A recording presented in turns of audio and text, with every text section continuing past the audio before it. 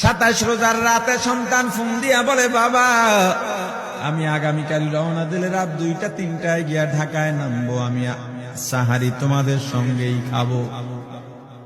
মা বসে আছে, মায়ের সন্তানের বাবাও বসে আছে, সন্তান আসবে। রাত্র 2টা-3টা হয়ে গেছে, সাহারির সময় হয়ে গেছে, সন্তানের খবর নাই। শেষ টাইমে মা বাবা সাহারি খেয়ে ফজরের নামাজ পড়ে দরজার মধ্যে অপেক্ষা করতেছে, সন্তানের খবর নাই। 8টা, 9টা, 10টা বেজে গেছে, মায়ের মনটা আর ভালো লাগে না। স্বামীকে ডেকে বলে, স্বামীরে আমার সন্তান কই, আমার মনটা ভালো লাগে না, একটা ফোন লাগাও। স্বামী ডাক দিয়া বলে, চিন্তা করো না, ঈদের সময় যানজট থাকতে পারে, চলে আসবে। কিছুক্ষণ পর বাবার মনটাও ভালো লাগে না, বাইরে নেমে পায়চারি করতেছে। হঠাৎ করে একটা ফোন চলে আসছে। সন্তানের ফোন দেখে বাবার সে কি আনন্দ। ফোন রিসিভ করে যখনই সালাম দিল, অপর প্রান্ত থেকে সালামের উত্তরে সন্তানের কণ্ঠ পাওয়া যায় না। বাবা ডেকে বললেন, বাবা তুমি কে? এটা তো আমার সন্তানের কণ্ঠ নয়, তবে মোবাইলটা আমার সন্তানের। ওপার থেকে ডাক দেয়া বলে, আপনি কি এই লোকেই মোবাইলওয়ালার বাবা? বলে, হ্যাঁ। আপনি এখনো বাড়িতে কি করেন? আপনার যেই সন্তান ঢাকা থেকে গাড়ি নিয়া 2500-এর দিকে রওনা দিয়েছিল, ওই গাড়িটা 2500 পৌঁছতে পারে নাই। পথিমধ্যে সংঘর্ষে রাস্তার মধ্যেই অনেকগুলো মানুষ মারা গেছে, অনেক যুবকও তার মধ্যে আছে। রাস্তার পাশে সাদা কাপড় দিয়া ঢাকা। দেখেন আপনার সন্তান এই লাশের মধ্যে আছে কিনা। মোবাইলটা আমি রাস্তার পাশে পড়ে পাইলাম। বাবা পাগলের মতো একটা দৌড় দিছে। মা মনে করছে সন্তান বুঝি কাছাকাছি চলে আসছে। অন্যান্য সন্তানদের ডাক দেয়া বলে, তোরা কে, কোথায়, এদিকে আয়, তোদের ভাই বুঝি কাছাকাছি আসছে। আমার কলিজার টুকরা সন্তান, তোর বাবা যে আগায় আনতে গেছে, তাড়াতাড়ি নতুন চাদর বিছা, বালিশের কভার গুলো খুলে নতুন কভার লাগা, পানি গরম বসা, আমার সন্তান এসে গোসল করবে। আহারে সবাই ফুলের মেলা, ফুলের তোড়া নিয়ে অপেক্ষা করতেছে। 4টা বছর কলিজার টুকরা বাড়িতে নাই, বিদেশ থেকে আসবে। বাবা স্পটে গিয়া দেখেন অনেকগুলো লাশ সাদা কাপড় দিয়া ঢাকা। একটা একটা মাথার উপর থেকে কাপড় উঠান আর কৌতূহল বাড়তেছে, কাপড় উঠান আর কৌতূহল বাড়ে। হঠাৎ তাকায় দেখে কলিজার টুকরা সন্তান লাশের মিছিলে শামিল হয়ে গেছে। বাবা সন্তানকে ধরে কাঁদেন আর বলেন, বাবা এত আদর আপ্যায়ন তোর জন্য, এত প্রস্তুতি রে বাবা, তোর মা তোর পথে বসে আছে রে বাবা, কি জবাব দিব বল? তুই যেদিন রওনা দিয়ে বিদেশ চলে গেলি, তোর মা সারা রাত ঘুমায় নাই, দরজায় গিয়া তোর পথের দিকে তাকা রইছি। কত রাত আমি মা আমি বাবা দেখলাম, তোর মা গভীর রাতে বিছানায় নাই, খুঁজতে খুঁজতে দেখলাম দরজায় গিয়া তোর মা কাঁদে। কত রাত তোর মা তোর জন্যে নামাজ পড়তে পড়তে রাত্রটা নির্ঘুম কাটায় দিছে রে বাবা।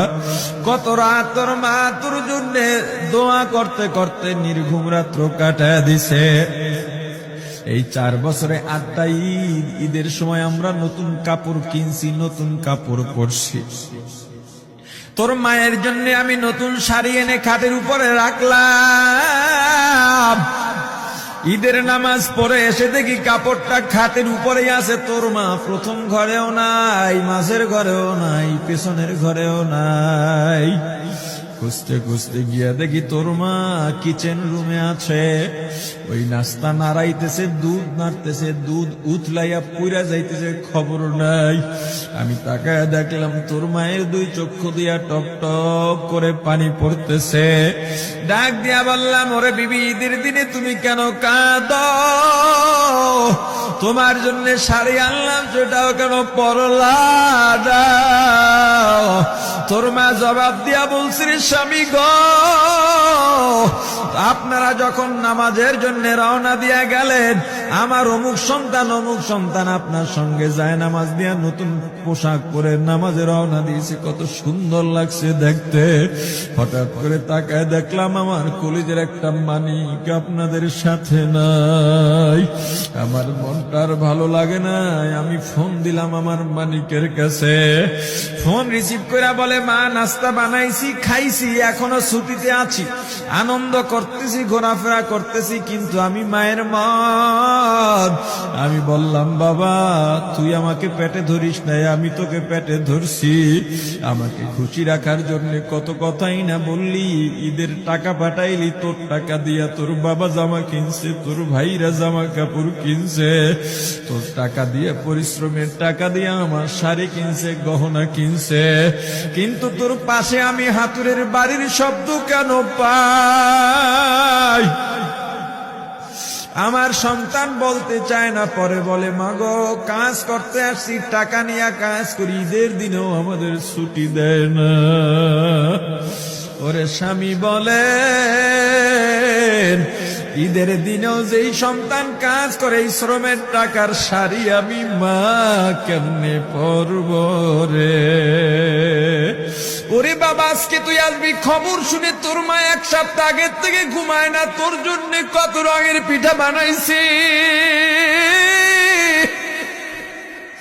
তোর জন্য কত আয়োজন, আমি তোর মাকে কি বলবো বাবা বল। বাবা সন্তানের লাশ অ্যাম্বুলেন্সে উঠে বাড়ির দিকে রওনা দিছে। আহারে বাড়ির কাছাকাছি আসছে, এদিকে মা দরজায় গিয়ে অপেক্ষা করতেছে, গাছের আড়াল দিয়া পথের দিকে তাকায় আছেন। দেখেন একটা গাড়ি আসতেছে, মায়ের সে কি আনন্দ, বাড়ির মধ্যে দৌড় দিছে, তোরা কই তাড়াতাড়ি আয়, ফুলের মালাগুলা নিয়ে আয়, গাড়ি এসে পড়ছে। বাড়ির দরজা দিয়ে যখন অ্যাম্বুলেন্সের হরেন দিয়া ঢুকতেছে, হুইসেল দিয়া ঢুকতেছে, মা একটা চিৎকার দিছে, ওরে এই মরণ গাড়ি আবার বাড়ি কেন, কার কপাল পুরুষে?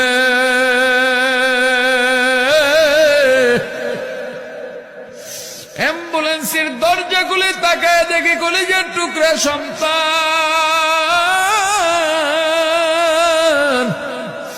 এমন ঘুমাইছে, আর জীবনেও উঠবে না। মা কাঁদেন আর বলেন, ওরে বাবা এটা তোর বিছানা নয়, নতুন চাদর বিছাইছি। বোন কান্দে আর বলে, ভাই আরে তোর জন্য ফুলের মালা পরাইছি, ফুলের মালা বানাইছি, একটু মালা পরাবো। মা ডেকে বলেন, রে সন্তান, 4টা বছর আমি তোর মা ডাক শোনার জন্য অপেক্ষা করছি, তোর জন্য গরম পানি করছিলাম, গোসল করবি, সেই গরম পানি যে তোর জীবনের শেষ গোসল হবে বুঝি নাই।